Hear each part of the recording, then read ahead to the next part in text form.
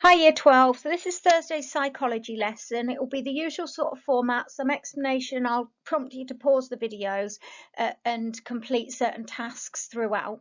I will be with the 12D group because I haven't got through everybody's one-to-one conversations yet. I will be calling in with people on Teams during your lesson slot on Thursday.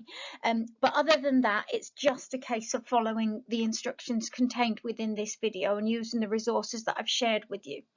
So we're going to start with a retrieval, as always. If you've got a printer, great, but to be honest, it's much more about the retrieval, you checking whether you know this, and you've got a copy of this in your knowledge organisers, so there's no need to have to print anything out. And so what you'll see is I've taken the knowledge organiser and I've blanked things out. So I've blanked out what the behavioural explanation or the learning theory of attachment is. I've blanked out the details about the language of Pavlov's dogs, but also how that applies to why an infant attaches with a primary caregiver. I've blanked out Bowlby, so you need to remember what's that little acronym that we use to remember the key features of Bowlby's theory of attachment. I've blanked out some of these key definitions, and I've also blanked out some of the studies.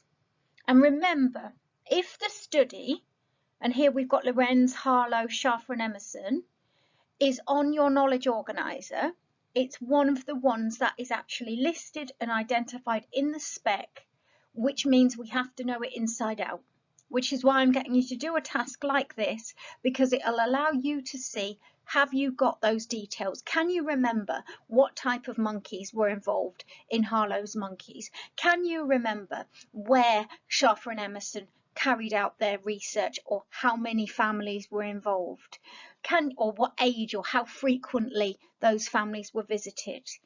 Just the devil is in the detail. I always say that, and it's really important. Okay, so pause the video, have a go at that retrieval just to check your knowledge on each of those. And when you're ready, we're going to consider now the next kind of big study that we have to know inside out and really thoroughly. And I mentioned it at the end of last lesson, and that's the Van Isgendum and Cronenberg study. Bit of a mouthful, but a really important one. But actually, you'll see there in the method column, they didn't actually do anything themselves apart from take other people's results and make sense of them. We call it a meta-analysis. Now, if you remember Ainsworth's strange situation, you all told me in your essays it's highly controlled, so it's really replicable, which is great, so it's reliable. And you were absolutely right.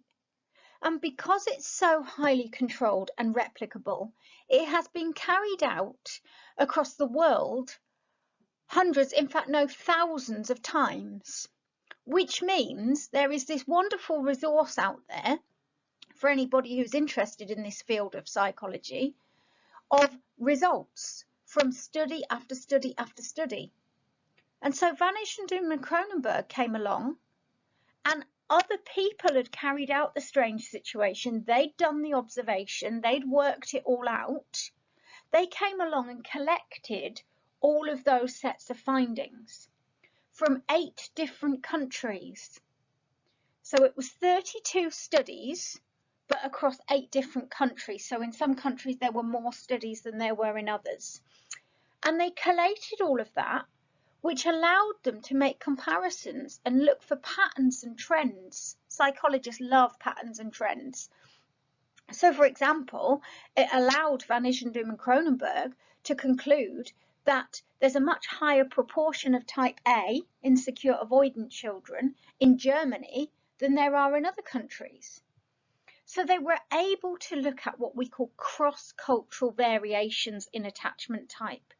But it's all thanks to Ainsworth that this could be done, because if it wasn't for her original procedure, and if it wasn't for that being carried out so many hundreds of times across different countries by different researchers, that data wouldn't have been there for Van Isgendum and Cronenberg to use and to identify these differences. And that's the study that we are kind of going to focus in on today, because another aspect of attachment types is being able to explain how these are different in different countries and being able to offer some suggestions as to why that might be the case. Okay, so we're talking about cross-cultural variations, and that's our focus. So this is a video clip, and I will share the link separately because I'm not sure whether it will work directly from here, and it's on the PowerPoint anyway. So I'll share that video clip, and I just want you to watch it. It's only a couple of minutes, but it just gives you a sense of this idea of cross-cultural variations. Because if we think about it, the world is a very diverse place, isn't it? And that's part of the problem in trying to use Ainsworth's strange situation across lots of different cultures. Our understanding of parenting, of childhood, of how children ought to behave will be very different from somebody in another country if they have very different what we call cultural norms. And we have to remember that as psychologists, otherwise we are in danger of being ethnocentric. We introduced that word the other day. Or of using an imposed ethic. That's another word we introduced that you are going to be having a little bit more of a look at. And we don't want to do that, but it's very easy to fall into that trap. So again, pause me and watch that little video clip. And then when you're ready, again, this is shared as a separate document on Teams, and it is quite a lengthy document, and it's going into this study, Van Isgendum and Kronenberg study, in real detail. So what I would like you to do is take your time with that, read through it, annotate it, pick it apart. If there's anything in it that you don't understand, ask yourself, well, write a question in the margin and then come back to me with that question. More than happy to bounce back emails or to address them in our next lesson. But really pick it apart, because when you've picked it apart, what I'm going to ask you to do is one of these, and we've done these loads of times, and again, you don't need to print it out, just the key headings. What did Van Isgendum and Kronenberg do? What was their procedure? Most importantly, what are the findings, so the headline figures, if you like? What was the conclusion from that? And are there any evaluative points that we can bring up? And that's all contained within that reading. So you're just getting your head around it, picking it out, making sure you've understood it, and condensing it into something that you can then use for retrieval practice, for testing yourself, for revision. Okay, and that's really important, because that hefty document printed out in your file is not going to be tempting when it comes to revision, whereas this, understood and condensed, will be much, much easier for you. Okay. And we can pick up some of these themes next lesson when we're in a live lesson.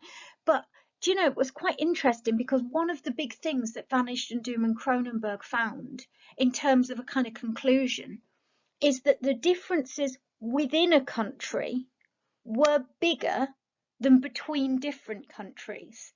So in some of those countries, like USA, for example, where there were lots of different studies that all had taken place within the one kind of country, well, I suppose really it's not a country, is it? But you know, the kind of states, there were bigger differences in one part to another.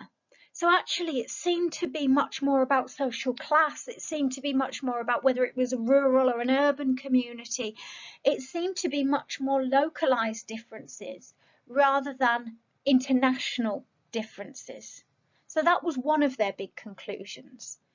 And the other big conclusion, which you'll find out yourself when you dissect that reading, is that in every culture, thank goodness, the vast majority were type B.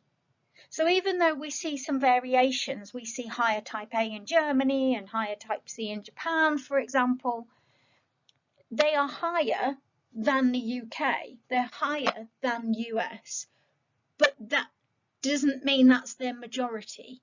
The majority of children in every single culture and country is type B secure, which is what we would expect. You know, it's about 70% in Western studies. It varies slightly, but they're the majority in every country.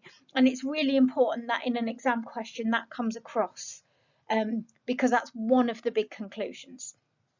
Okay, so again, pause me, read, dissect, take your time. You can always come back to this and create your summary card. And then off the back of that, and this may well now become a homework task, we've got half term. I don't want to set you lots of work and insist on lots of screen time, but I would like to make sure that you get to the end of this video and have completed the tasks.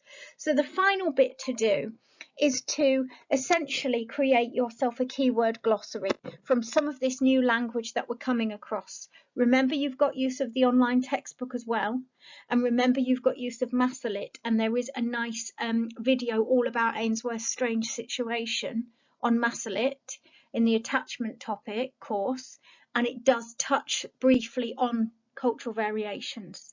So loads of places to go to help you with this. And you're just going to create some clear, concise definitions. You could do this as flashcards.